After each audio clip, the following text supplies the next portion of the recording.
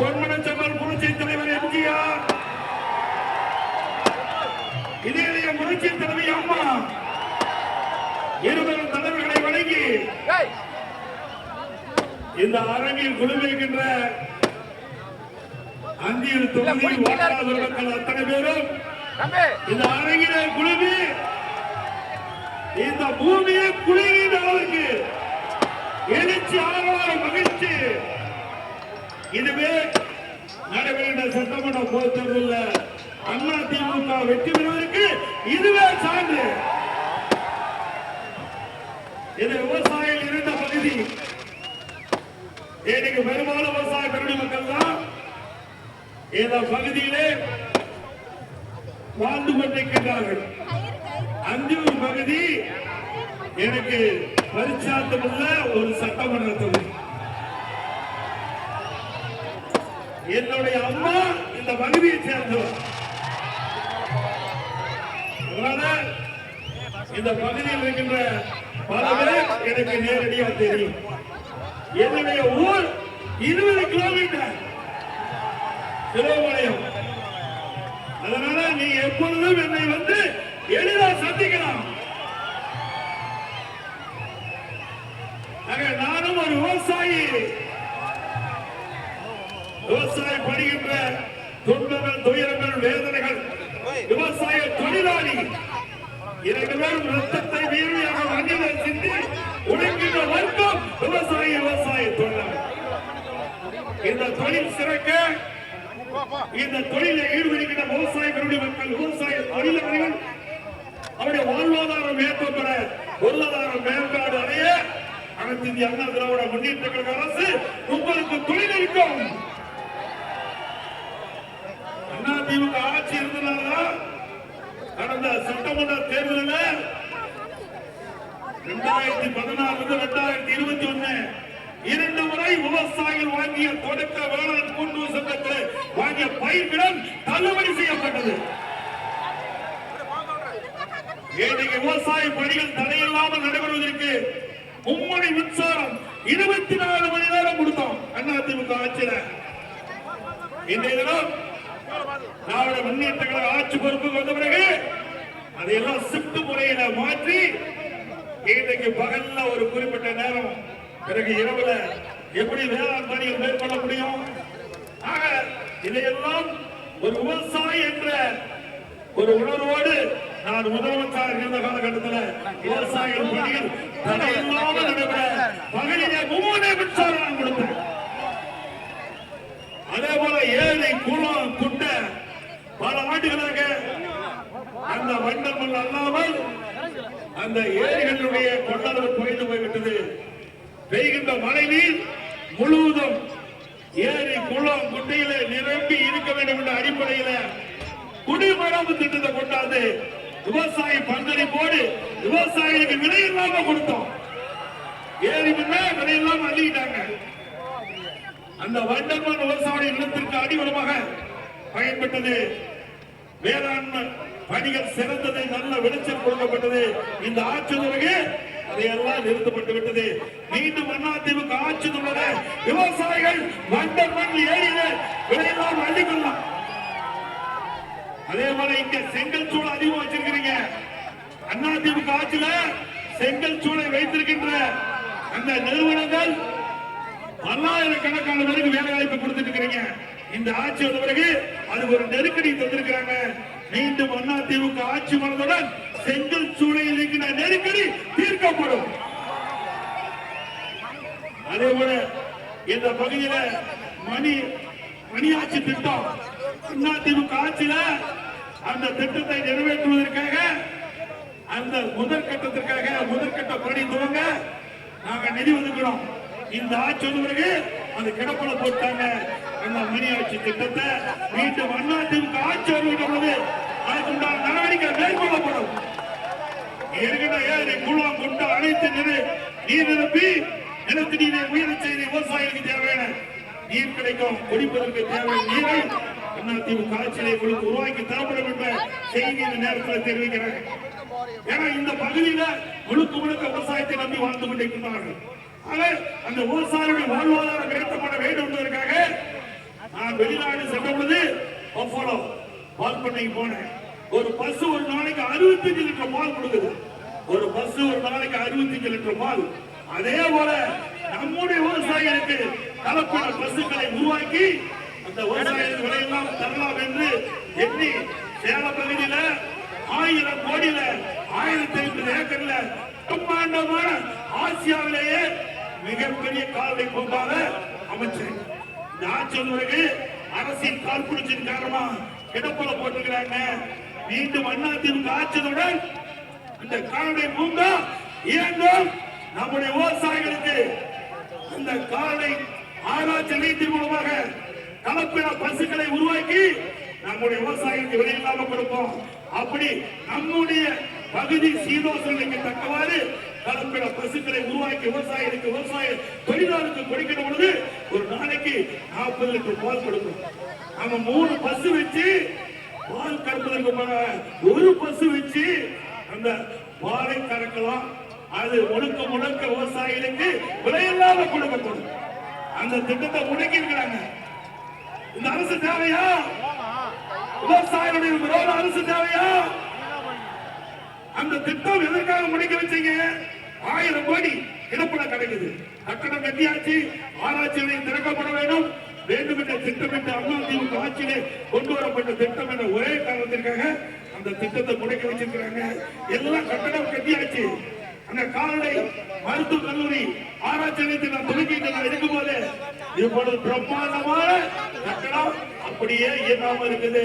அந்த ஆராய்ச்சி நிலையம் அப்படியே கிடப்புல போட்டாங்க. இந்த திட்டத்தை கொண்டாடும் போது அதன் மூலமாக கலப்பின பசுக்களை நம்முடைய விவசாய குடிமக்களுக்கு விவசாய தொழிலாளிக்கு கொடுப்போம். பொருளாதார மேம்பாடு அடையும்.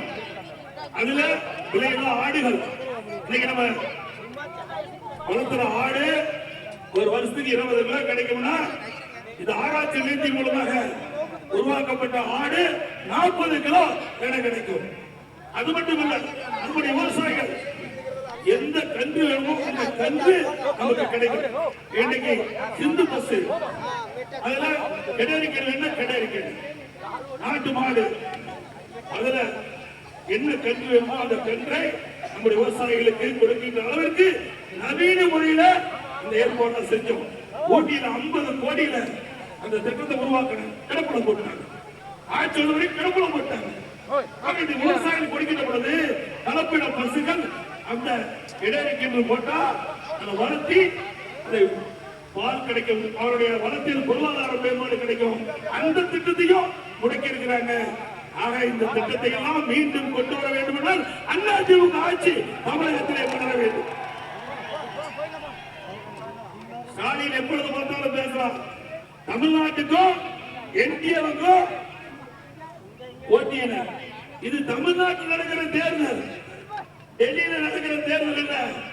தமிழ்நாட்டில் யார் ஆட்சியில இருக்கக்கூடாது என்பதற்காக நடக்கின்ற தேர்தல், யார் ஆட்சிக்கு வர வேண்டும் என்பதற்காக நடக்கின்ற தேர்தல். அப்படித்தானே இது தமிழ்நாடு சட்டமன்றத்தில் தான் நடக்குது.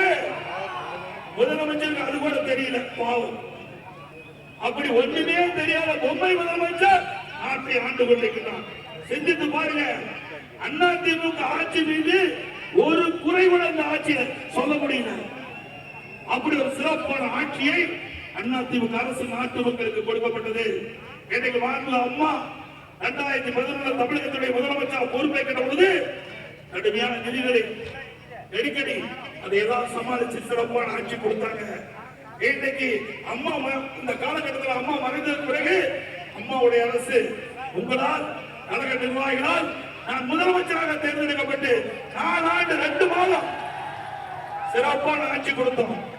அந்த காலகட்டம் மிக மிக ஒரு கடுமையான காலகட்டம்.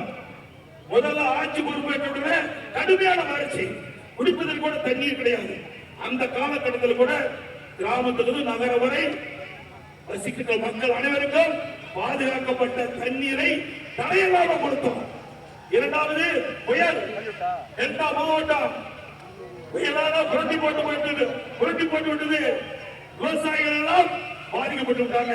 விவசாய பயிர்கள் எல்லாம் சேதமடைந்து விட்டது. சேதமடைந்த பயிர்களை கணக்கிட்டு நிவாரணம் கொடுத்தோம். அதுக்கு முன்னாடி கொரோனா எப்படி நம்மளுக்கு எல்லாத்துக்கும் தெரியும். ஓராண்டு நம்ம வெளியிலே வர முடியல. காற்றிலே வைரஸ், அந்த வைரஸால் கொரோனா பாதிக்கப்பட்டால் உயிருக்கு ஆபத்து ஏற்பட்டுவிடும். அப்படிப்பட்ட காலகட்டத்தில் கூட ஒரு சிறப்பான ஆட்சி கொடுத்தோம். இந்தியாவிலேயே கொரோனா காலத்தில் அந்த கொரோனா வைரஸ் பரவலை தடுத்த முதல் மாநிலம் தமிழ்நாடு. இந்த ஆட்சியில் வறட்சி சந்திச்சுக்கலாம், புயலை சந்திச்சுக்கலாம், கொரோனாவை சந்திச்சுக்கலாம், எதுவுமே இல்லை. ஒரு வருஷம் அரசாங்கத்துக்கு வருவாயா இல்ல. டாஸ்மாக் கடை மூடியாச்சு. 50,000 கோடி வருமானம் இல்ல.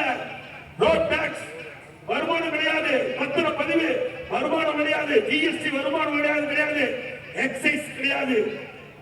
அதே போல பெட்ரோல் டீசல் விற்பனை கிடையாது, மூடப்பட்டிருந்தது ஒரு வருஷம். இப்படிப்பட்ட காலகட்டத்தில் கூட இந்தியாவிலேயே மைனஸ் ஆகாம, பொருளாதார நெருக்கடி இல்லாம நிதி மேலாண்மையை சரி செய்த ஒரே மாநிலம் தமிழ்நாடு. இன்றைக்கு என்ன வறட்சி வரல, புயல் வரல, வெள்ளம் வரல, கொரோனா வரல. வருமானம் 24-25ஆம் ஆண்டு அரசாங்கத்துக்கு வந்த வருமானத்தை விட இப்பொழுது 1,36,000 கோடி இந்த அரசுக்கு கூடுதலா வருமானம் வருது. இப்படி கூடுதலா வருமானம் வந்து கடன் வாங்கிட்டு இருக்காங்க. இந்த ஆட்சி பொறுப்பேற்று 5 ஆண்டுல 5 லட்சம் கோடி கடன் வாங்கி இருக்கிறாங்க. இன்னைக்கு தமிழ்நாட்டில் இருக்கின்ற மக்கள் மீது கடன் சுமை சுமத்தியதான் இந்த ஆட்சியுடைய சாதனை. வேற எந்த சாதனை கிடையாது. இந்த கடனை நீங்க தாங்க கட்ட வேணும். என்னமோ வந்தோம், பேச்ச கேட்டோம், போன நினைச்சுக்காதீங்க. இது எல்லாம் தமிழ்நாடு மக்கள் தான் இந்த கடனை கட்டியா வேணும். எப்படி கட்டுறாங்க? வரி போட்டு வரி மூலமாக வசூல் செய்தா கடனை கட்ட வேண்டிய சூழ்நிலைக்கு தள்ளப்பட்ட அரசாங்கம். நம்ம தமிழ்நாட்டு மக்களை கடனாளிக்கு அரசாங்கம் தேவையா? ஒரு பக்கம் வருமானம் அதிகம், ஒரு பக்கம் கடன் வாங்கிட்டு இருக்கிறீங்க. புதிய திட்டம் அல்ல. என்ன திட்டத்தை கொண்டு வந்தீங்க? எந்த ஒரு புதிய திட்டத்தையும் தமிழ்நாட்டு மக்களுக்கு கொடுக்கல. இதே அதிமுக ஆட்சி இருந்தது. ஒரே வருஷத்துல 11 அரசு மருத்துவக் கல்லூரி மருத்துவமனை கொடுத்தேன். 11 அரசு மருத்துவக் கல்லூரி மருத்துவமனை. அதனால ஏழை எளிய குடும்பத்தில் பிறந்த மாணவ மாணவி இன்னைக்கு மருத்துவ கல்வி கிடைக்கக்கூடிய சூழ்நிலையை உருவாக்கி கொடுத்தோம். 7 சட்ட கல்லூரி, 21 பாலிடெக்னிக் கல்லூரி, 68 கலை மற்றும் அறிவியல் கல்லூரி, 4 பொறியியல் கல்லூரி, 5 வேளாண்மை கல்லூரி ஆராய்ச்சி நிலையம், அதே போல 5 பொறியியல் கல்லூரி. இப்படி பல கல்லூரிகளை தமிழகத்திலே திறந்து பட்டப்படிப்பு படிக்கக்கூடிய நிலையை உயர்த்திய அரசாங்கம் அதிமுக அரசாங்கம். 2011 மாண்புமிகு அம்மா அவர்கள் தமிழகத்துடைய முதலமைச்சர் பொறுப்பேற்கின்ற பொழுது 100க்கு 32 பேர் தான் படிச்சுட்டு இருந்தாங்க பட்டப்படிப்பு. திமுக ஆட்சியில ஆட்சி மாற்றம் வந்து அம்மா முதலமைச்சர் ஆகும்போது 2011 100க்கு 32 பேர்.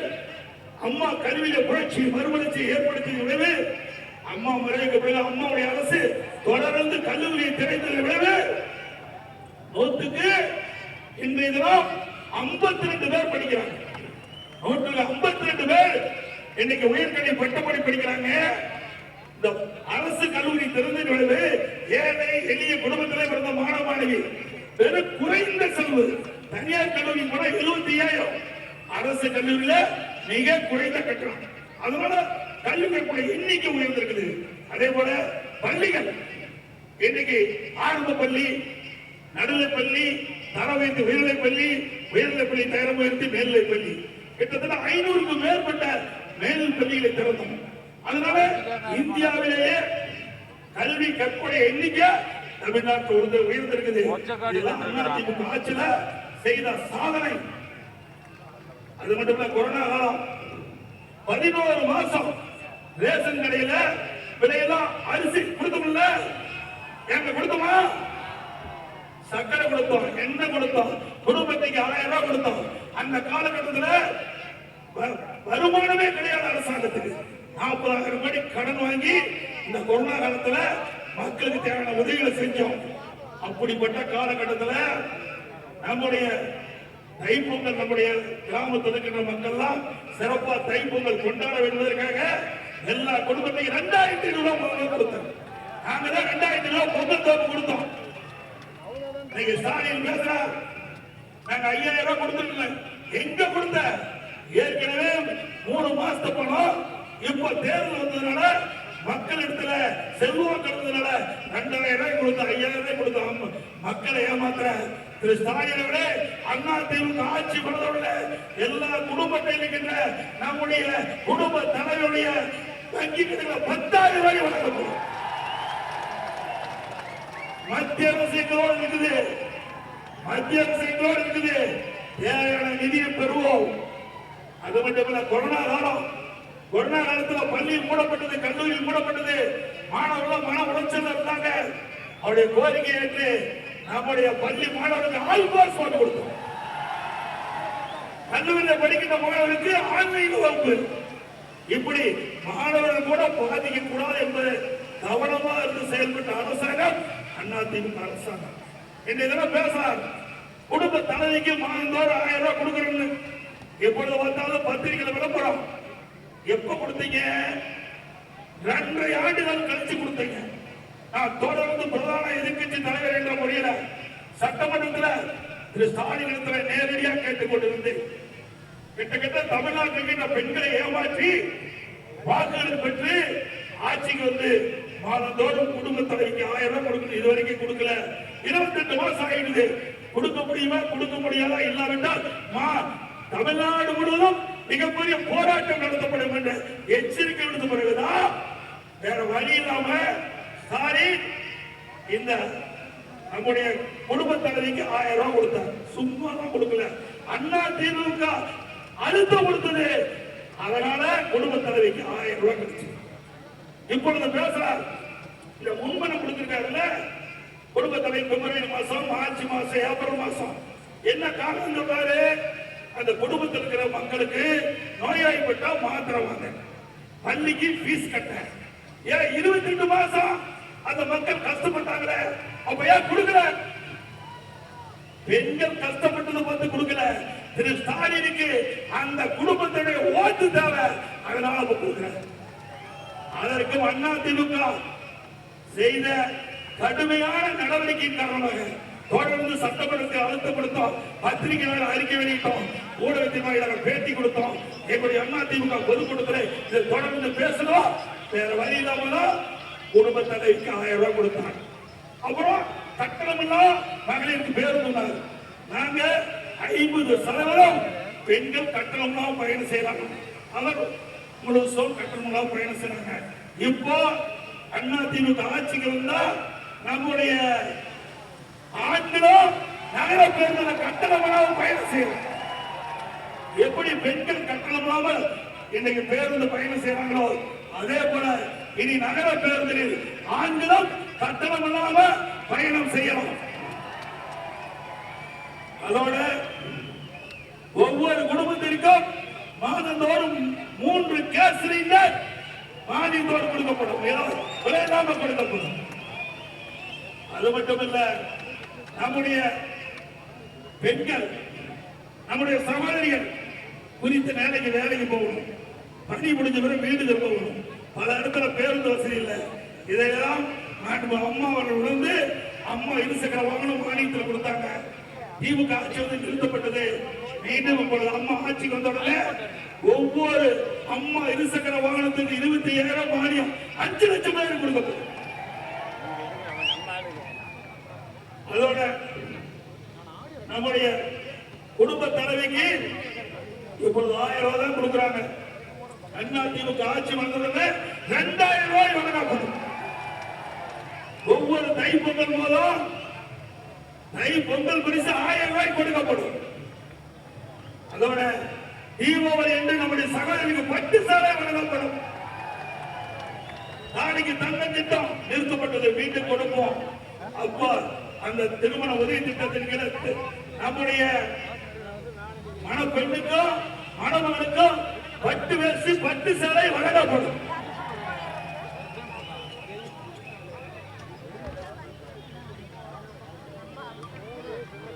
ஏழைகள் வங்கியில் வாங்கிய கடன் ரத்து செய்யப்படும். அண்ணா திமுக ஆட்சி வரும். அதே போல 100 நாள் வேலை திட்டம் திமுக ஆட்சியில் சொன்னாங்க. ஆட்சி வந்து 105 நாள் உயர்த்தப்படுங்க. உயர்த்தவே பல முறை நான் சட்டமன்றத்தில் கோரிக்கை வச்சேன். தேர்தல் நேரத்தில் கொடுக்கப்பட்ட வாக்குறுதியை நிறைவேற்ற வேண்டும் என்று திரு ஸ்டாலினிடம் நான் கோரிக்கை வச்சேன். நிறைவேற்றவே இல்லை. மத்திய அரசுக்கு சொல்லி அதிமுக அழுத்தம் கொடுத்த மத்திய அரசாங்கம் 100 நாளத்தை 125 நாளாக உயர்த்திருக்கிறாங்க. அதிமுக ஆட்சியாளர்களே 125 நாள் 150 நாளாக உயர்த்தப்படும். அதோட நம்முடைய ஏழை, நம்முடைய கிராமத்தில் இருக்கிற மக்கள், நகரத்தில் இருக்கிற மக்கள், ஏழை மக்கள் வீடு இல்லாம இருந்தா அதிமுக ஆட்சியுடன் அந்த ஏழைகளுக்கு காங்கிரீட் வீடு கட்டி தரப்படும். பட்டியலின மக்கள், அருந்திய மக்கள், ஆதிராட மக்கள், பட்டியலின மக்கள், மலைவாழ் மக்கள், இவரெல்லாம் குடும்பத்துல வயது வந்தவர்கள் ஆண்களுக்கு திருமணமாகி தனி கொடுத்துல போனா அது வீடு இல்லாம இருக்கிறாங்க. அப்படி இருக்கின்ற அந்த தனி குடித்தனம் சென்ற அவர்களை கணக்கிட்டு அவருக்கு தேவையான வீடுகள் கட்டுவதற்கு நிலம் வாங்கி அற்புதமான காங்கிரீட் வீடு அந்த பட்டியலின மக்களை கட்டி கொடுக்கப்படும்.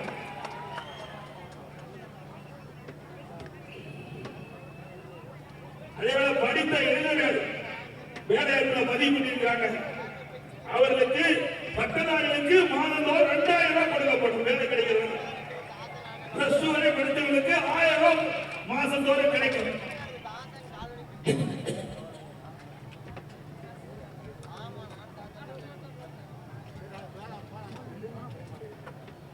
அதே போல திராவிட முன்னேற்ற கழகம் பல அறிவிப்புகள் கொடுத்தாங்க. 525 அறிவிப்புகள் கொடுத்தாங்க. எல்லாம் நிறைவேற்றினாங்களா? மாதந்தோறும் கேஸ் சிலிண்டருக்கு 100 ரூபாய் மாடி கொடுத்தாங்க. கொடுத்தாங்களா? கல்விக்கு ரத்து பண்ணாங்களா? நீட் தேர்வு ரத்து பண்ணாங்களா? நம்முடைய ரேஷன் கடையில் கூடுதல் சக்கரை கொடுத்தாங்களா? 100 நாள் வேலை திட்டத்தை 150 நாள் உயர்த்தினாங்களா? எதுவுமே செய்யல. அதிமுக ஆட்சி வந்தவுடனே நானும் அரசாங்க பள்ளியிலே படித்தவன். ஆகவே நம்ம கிராமத்தில் இருக்கின்ற அரசு பள்ளியை படித்த மாணவர்கள் பெரும்பாலும் ஏழை குடும்பத்தை சேர்ந்தவர்கள், விவசாய தொழிலாளிகள். அவருடைய கனவு மருத்துவராக வேண்டும் என்று அந்த கனவை நனவாக்கின்ற விதமாக அதிமுக ஆட்சியில 7.5% உள்ளிடங்களை கொண்டு வந்து சட்டம் ஏற்றப்பட்டு அமல்படுத்தப்பட்டு இன்றைய தினம் 3000 பேர் அரசு பள்ளி படித்த மாணவ மாணவிகள் மருத்துவ பள்ளி கிடைச்சிருக்கு. மருத்துவ இடஒதுக்கீட்டுல மருத்துவ இடம் கிடைச்ச மாணவர்கள் மாணவியர் சாதாரண குடும்பத்தை சேர்ந்தவர். அப்படிப்பட்ட குடும்பத்தில் இருக்கிற மருத்துவ கல்வி கட்டணம் கட்ட முடியாது. அதை அறிந்துடனே இந்த இடஒதுக்கீட்டுல இடம் கிடைத்த மாணவர்களுக்கு அந்த மருத்துவ கல்வி கட்டணத்தை அரசாங்கமே செலுத்துவது. அரசாங்கமே அந்த மருத்துவ செலவை மருத்துவ கல்வி கட்டணத்தை ஏற்றுக்கொண்டு இன்னைக்கு 1 ரூபாய் செலவாக அரசு பள்ளியில் படிக்கின்ற மாணவ மாணவிகள் இன்னைக்கு மருத்துவ கல்வி கிடைச்சிருக்குது. இது அதிமுக சாதனை. இப்படி இது மட்டுமல்ல, இன்னைக்கு உணவு தானிய உற்பத்தி தொடர்ந்து 5 ஆண்டு காலம் இன்னைக்கு அதிகம் தேசிய அளவில் உற்பத்தி பெருக்கி விருது பெற்றோம். உறுப்பு மாற்று அறுவை சிகிச்சை தொடர்ந்து 5 ஆண்டு காலம் தேசிய விருதுகளை பெற்றோம். உள்ளாட்சியில் 140 விருதுகள் தேசிய அளவில், போக்குவரத்து துறையிலே தேசிய விருது, அதே போல மின்சார துறையிலே தேசிய விருது, உயர்கல்வியிலே தேசிய விருது, சமூகத்துறையிலே தேசிய விருது. இப்படி சிறந்த நிர்வாகம் படைத்த அரசாங்கம் என்பதற்கு இதுதான் சான்று. அப்படியே நடக்குது. இப்ப எல்லா அமைச்சரும் ஊழல், எல்லா துறையிலும் ஊழல் நிறைந்திருக்குது. இப்போ இன்னைக்கு நகர்ப்புற வளர்ச்சித்துறை, குடிநீர் வழங்கத்துறை, இன்னைக்கு இடி அமலாக்கத்தை மத்தியில் இருக்கிற அமலாக்கத்துறை அதை ஆதாரத்தோட கண்டுபிடிச்சு அவர் மீது எஃப்ஐஆர் போட வேண்டும் அரசுக்கு 3 முறை அறிக்கை வெளியிட்டாங்க. அறிக்கை கொடுத்திருக்கிறாங்க. இதுவரைக்கும் இந்த அரசாங்கம் எஃப்ஐஆர் போடல. எஃப்ஐஆர் நாங்க நீதிமன்றத்துக்கு போன அதிமுக சார்பாக உடனே நீதிமன்றம் உண்டான நடவடிக்கை எடுக்க வேண்டும் உத்தரவு போட்டிருக்குது. என்ன 2 வாரத்துல ரிசல்ட் தெரியும். அந்த அமைச்சர் இங்க இருப்பாரா உள்ள இருப்பாரான்னு தெரியல. டாஸ்மாக் கடை, நீங்க டாஸ்மாக் கடையில பாத்தீங்கன்னா தமிழ்நாட்டில் ஒரு நாளைக்கு 1.5 கோடி பாட்டில் விற்குது. விற்குது இல்லைங்க? ஒரு பாட்டில் 10 ரூபாய் வசூல் பண்றாங்களா? ஒரு பாட்டில் 10 ரூபாய்னா ஒரு நாளைக்கு 1.5 கோடி பாட்டிலுக்கு 15 கோடி. நம்ம ஆளு யாரும் குடிக்காதீங்க, தப்பு. திமுக காரன் குடிக்கிறான், குடிச்சிட்டு போறான், அவன்கிட்ட தான் வசூல் பண்றான். அவங்க கட்சிக்காரங்கிட்டே வசூல் பண்ணி கொள்ளையடிக்கிற ஆட்சி திமுக ஆட்சி. 15 கோடி ஒரு நாளைக்கு டாஸ்மாக்ல மட்டும். மாசத்துக்கு 450 கோடி, வருஷத்துக்கு 5400 கோடி. இதுவரைக்கும் 24,000 கோடி ஒரு பாட்டுக்கு 10 ரூபாய் வசூல் செய்து கொள்ளையடித்த அரசாங்கம் மீண்டு வர வேண்டுமா? இன்னைக்கு டாஸ்மாக்ல முறைகேடு நடைபெற்றதா அந்த ஈடி கண்டுபிடிச்சு இன்னைக்கு வழக்கு போட்டிருக்காங்க. அதுவும் நீதிமன்றத்தில் நிலுவையில் இருக்குது. ஆக துறை வாரியாக அனைத்து ஊழலான துறையே இல்ல. விலைவாசி உயர்வு சிந்திச்சு பாருங்க. அண்ணா திமுக ஆட்சியில என்ன விலைவாசி, திமுக ஆட்சியில என்ன விலைவாசி, அரிசி என்ன விலைன்னு பாருங்க.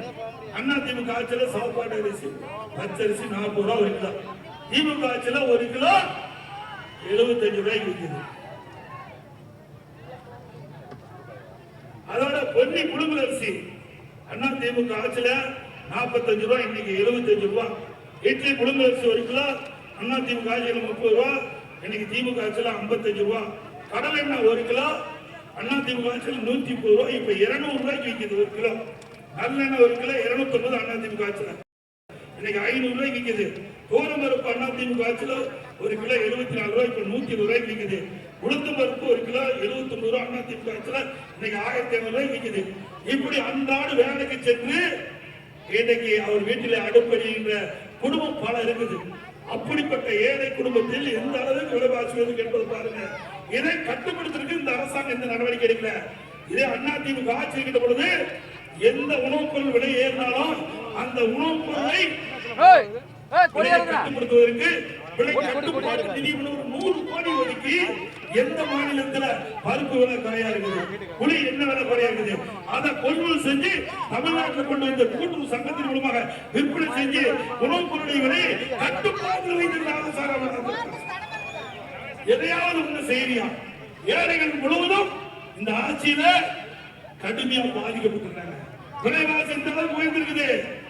மந்திரி முதலமைச்சர் கவலையில தினம் போட்டோ ஷூட், தினம் பத்திரிகை விளம்பரம், தினம் ஒரு நாளைக்கு 2 கோடி ரூபாய் பத்திரிகை விளம்பரம், 30 நாளைக்கு 60 கோடி ரூபாய் மக்களுடைய வரி பணம் மீனடிச்சிட்டு இருக்கிறார். இவருக்கு விளம்பரத்துக்காக அரசாங்க பணத்தை பயன்படுத்துவது கண்டனத்துக்குரியது. அது மட்டும் இல்ல, இவருடைய அப்பாவுக்கு எழுதாத பேனரை கடலை கொண்டு வைக்கிறதுக்கு 82 கோடி மக்களுடைய வறுப்பணத்தை எடுக்கிறார். இது நியாயமா? அப்பாவுக்கு பேனா வைங்க, நாங்க வேண்டாங்கல்ல. உங்க ட்ரஸ்ட்ல 8000 கோடி இருக்குது. திரு கருணாநிதியுடைய குடும்பத்துடைய ட்ரஸ்ட்ல 8000 கோடி பணம் இருக்குது. அந்த பணத்தை எடுத்து கொண்டு போய் பேனா வைங்க, யாரும் வேண்டாங்கல்ல. அப்புறம் இப்ப வந்திருக்கிறார் திரு ஸ்டாலினுடைய மகன் உதயநிதி, கார் பொண்ணை வேணும். இது தேவையில்லை நாட்டுக்கு. அதுவும் சென்னையில முக்கியமான நகரத்தின் மைய பகுதியில் கார் பொண்ணை நடத்துறார். பல 100 கோடி செலவு. எப்படி மக்களுடைய வரிப்பணத்தை வீணடிக்கிறார் என்பதை எண்ணி பாருங்க. ஒரு பக்கம் பேனா, ஒரு பக்கம் கார் பந்தயம், இப்படி ஊதாரி தரமாக செலவழிக்கிற அரசாங்கம் தேவையா? அவ்வளவு ரத்தத்தை வீணாக சிந்து உழைக்கின்ற மக்களுக்கு நல்லது கிடைப்பு, நல்லது செய்வதற்கு இந்த அரசாங்கத்தில் பணம் ஒதுக்கல. அவருடைய பெயர்கள் வெளியிலே வர வேண்டும், விளம்பரம் வேண்டும். அதற்காக ஆயிரக்கணக்கான கோடியை நம்முடைய வரிப்பணத்திலிருந்து செலவு செய்கின்றாங்க. இப்படிப்பட்ட ஒரு அரசாங்கம் இந்தியாவில் எங்கேயும் பார்க்கல, தமிழ்நாட்டில் நாம் பார்த்துட்டு இருக்கிறோம். அது மட்டும் இல்லாம இன்றைக்கு இந்த ஆட்சி வந்த பிறகு மின் கட்டணம் கிட்டத்தட்ட 57% இருந்தது. ஆண்டுக்கு 6% மின் கட்டணம் உயர்த்துறாங்க. இன்னைக்கு நகராட்சி பேரூராட்சியில இன்னைக்கு மின் கட்டணம் கடுமையா உயர்ந்துட்டது. வீட்டு வரி பேரூராட்சி நகராட்சியில 100% உயர்த்தியாச்சு. கடை வரி 150% உயர்த்தியாச்சு. குடிநீர் வரி, இப்படி வரி மேல வரி போட்ட ஒரு அரசாங்கம் தான் திமுக அரசாங்கத்தை நேரத்தில் தெரிவிக்கிறேன். கட்டுமான பொருட்கள், இந்த வீடு கட்டுறதுக்கு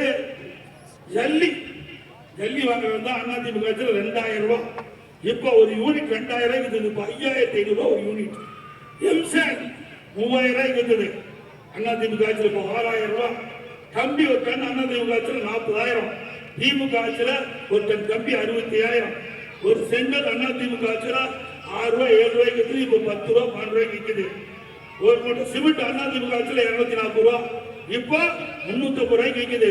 நீ இந்த ஆட்சி இருக்கிறவங்க வீடே கட்ட முடியாது. கணவன் நல்லா தூங்கிட்டு இருக்கும் போது அழகா கணவனை வீடு கட்டலாம், எச்சத்துல வீடே கட்ட முடியாது. அது மட்டுமல்ல, இன்னைக்கு மத்திய அரசாங்கம் தமிழ்நாடு அரசாங்கத்துக்கு வீடு ஒதுக்குறாங்க, ஏழைகளுக்கு வீடு கட்டுறதுக்கு கொடுத்தாங்க. 3 லட்சம் வீடு கட்டல. பாரத பிரதமர் அன்னையில மதுரையில் நடந்த எழுச்சி தேர்தல் பிரச்சார கூட்டத்தில் பிரைம் மினிஸ்டர் பேசுறார். தமிழ்நாட்டு மக்கள், ஏழை மக்களுக்கு வீடு கட்டுவதற்கு நாங்கள் வீடு ஒதுக்கணும். 3 லட்சம் வீடு கட்டாம பாக்கி வச்சிருக்கிறாங்க. அப்படி திறமையற்ற முதலமைச்சர் தேவையா?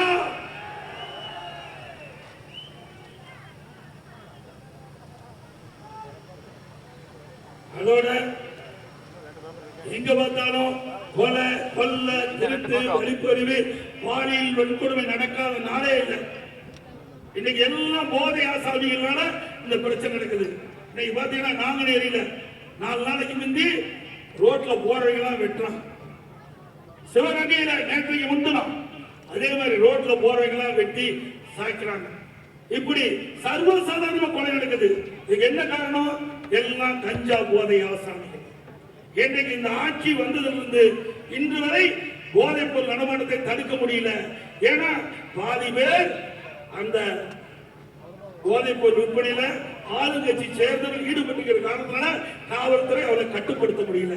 இதனால தமிழகத்தில் போதைப் பொருள் நடமாட்டம் அதிகமாகி இளைஞர்கள், மாணவர்கள், பொதுமக்கள் இந்த கஞ்சாவுக்கு அடிமையாகி இன்றைக்கு தமிழகத்தில் போதைப் பொருள் நிறைந்த மாநிலமா இன்னைக்கு பார்க்கப்படுகிறது.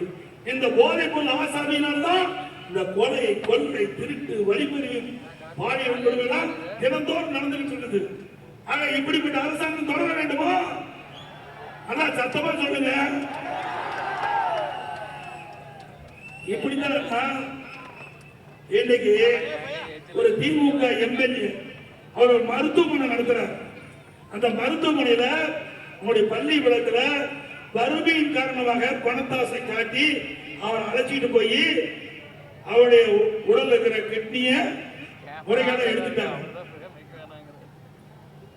இன்றைக்கு திமுக ஆட்சியில இப்படிப்பட்ட கொடுமை நடந்திருக்கு. இதை மன்னிக்க முடியுமா? ஒரு அரசாங்கத்தில் ஒரு எம்எல்ஏ, சாதாரணம் இல்ல, ஒரு ஆளுங்கட்சி சேர்ந்த எம்எல்ஏ அவருடைய மருத்துவமனையில ஏழையுடைய வறுமையை பயன்படுத்தி இன்னைக்கு கொடுமையான செயல்ல அந்த கிட்னிய இன்னைக்கு முறைகேட எடுத்துக்கிறாங்க. நீங்க வந்திருக்கிறீங்க எல்லாம் திமுக மருத்துவமனையில போய் ஏதாவது ஆபரேஷன் பண்ணியிருந்தா போய் ஸ்கேன் பண்ணி பார்த்துங்க. ஏன்னா உள்ள இருக்கிற உறுப்பு இருக்குதா இல்லையா? நமக்கு என்ன தெரியும்? கிட்னி எடுத்திருப்போம். இன்னைக்கு எதுக்காக சொல்றோம்னா, இதே நாமக்கல் மாவட்டத்தில் கிட்னியை எடுக்குன்னு சொல்லி கணையத்தை எடுத்துட்டான். கிட்னி எடுக்குன்னு சொல்லி கல்லீரல் எடுத்துட்டான். அதனாலதான் சொல்றேன், தயவு செய்து அருள்கூர்ந்து வந்திருக்கின்ற பொதுமக்களும் சரி, கழக நிர்வாகிகளும் சரி, குன்றார் உறவினர் நண்பர்கள் ஏதாவது திமுக நடத்துகின்ற மருத்துவமனையில ஆபரேஷன் பண்ணியிருந்தா ஸ்கேன் பண்ணி பார்த்துங்க. இல்லைன்னா உங்களுக்கு உடலுக்கு உறுப்பு இருக்குதா தெரியாது. ஸ்டாலின் பேசுறார், ஒரு அன்பில ஒரு அறிவு கொடுத்துட்டாங்க, உங்கள் கனவை சொல்லுங்க, உங்கள் கனவை சொல்லுங்க. மக்கள் என்ன சொல்றாங்க? எங்களுடைய கனவு இந்த ஆட்சியை அகற்றப்பட வேண்டும்.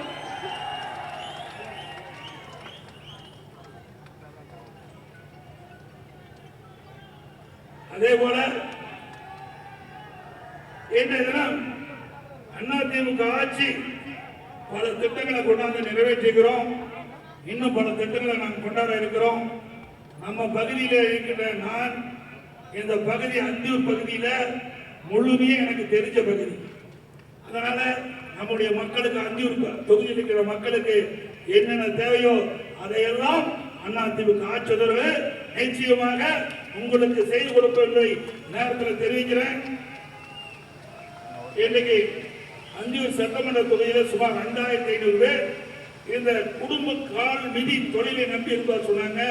அவர்களுக்கெல்லாம் கடன் வசதி செய்து கொடுக்க வேண்டும். இந்த தொழில் சிறப்பாக நடக்க அரசு உதவி செய்ய வேண்டும். அதிமுக ஆட்சியவர்கள் இந்த தொழில் ஈடுபட்டுள்ளவர்களுக்கு உதவி செய்யப்படும். அதேபோல பர்கூர் பகுதியில் இருக்கிற மக்கள் அவர்கள் நீண்ட நாள் கோரிக்கை நாட்டின மாடுகள், பர்கூர் நாட்டின மாடுகள் மற்றும் மலை மாடுகள், ஆடுகள் மேய்ச்சல் செய்வதற்கு ஏற்பட்டுள்ள தடனை அவர் நீக்க வேண்டும் என்று கேட்டுக்கிறாங்க. ஏற்கனவே அவர்களுக்கு என்ன நிலை இருந்ததோ இந்த நாட்டின மாடுகள், மலை மாடுகள், ஆடுகள் அவர்கள் மேய்ச்சலுக்கு தேவையான வசதி செய்து கொடுக்கப்படும். அதிமுக ஆட்சி வனச்சர கட்டுப்பாட்டில் உள்ள 4 குக்கிராமங்கள் வேளாம்பட்டி, சுண்டப்பூர், தொல்லி, குட்டையூர் இதெல்லாம் சாலை இல்லாமல் இருக்குது. இன்னைக்கு வனத்துறையின் மூலமாக முழுமையான அனுமதி பெற்று அந்த மக்கள் தடையில்லாமல் சென்று வர தார் சாலை எடுக்கப்படும்.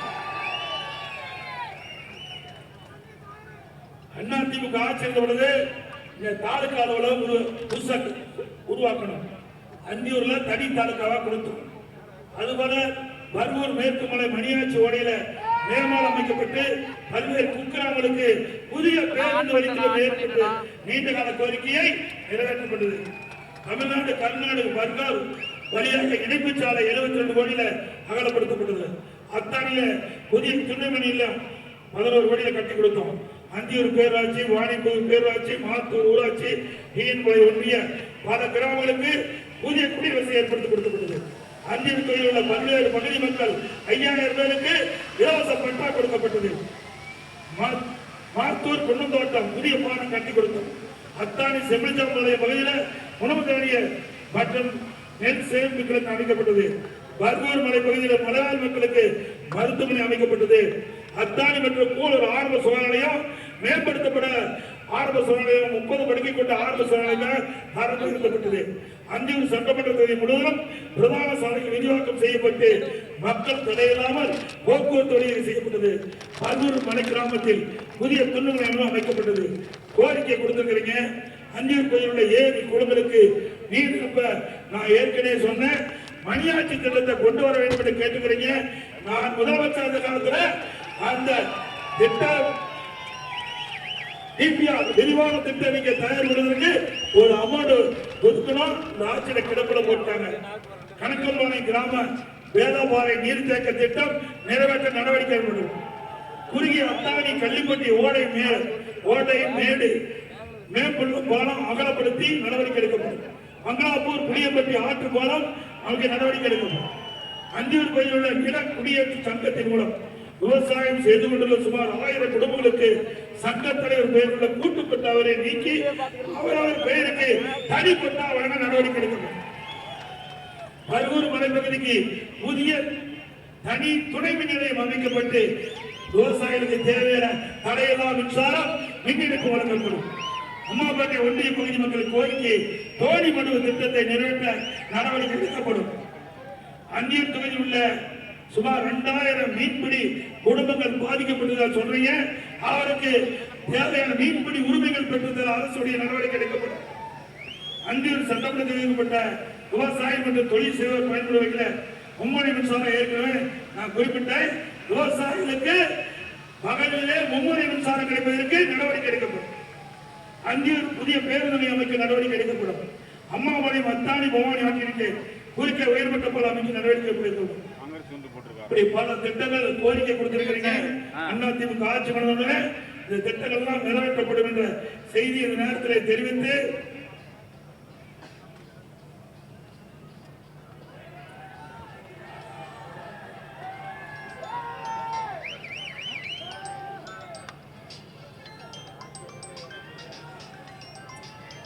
வருகின்ற சட்டமன்ற பொதுத் தேர்தலில் அனைத்து இந்திய அண்ணா திராவிட முன்னேற்ற கழக தலைமையிலே தேசிய ஜனநாயக கூட்டணி இணைந்து அதிமுக தேசிய ஜனநாயக இணைந்து இந்த தேர்தலில் சந்திக்கிறோம்.